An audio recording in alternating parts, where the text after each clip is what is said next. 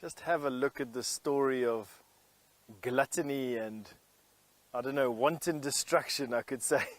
This is a caterpillar. It is a hairy caterpillar. Wow, look at that.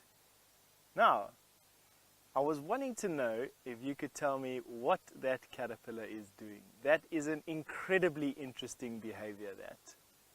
So you think to yourselves, why would a caterpillar covered in these hairs be flicking himself from side to side like that? No? Clue? The answer lies in the fact that these hairs are super irritant. So what that caterpillar is hoping to do is, as he saw me moving up to the bush, he thought that I was going to come and obviously take him, and he started to flick his head around from side to side, hoping to embed these hairs into my face or into my hand as I went out to touch him.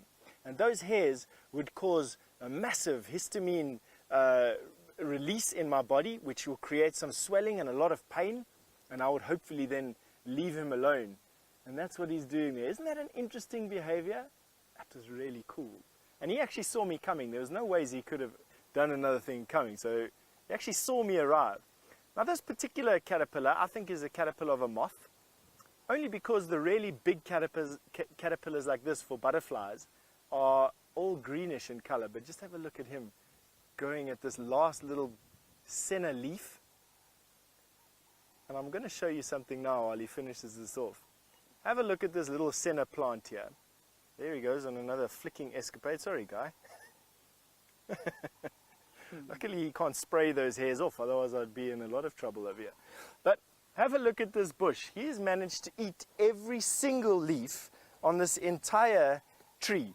This is a senna tree, and we use sennas as a mild laxative. In actual fact, the product called Senacot comes from this particular tree, or from compounds that are contained within this particular tree. But this caterpillar hasn't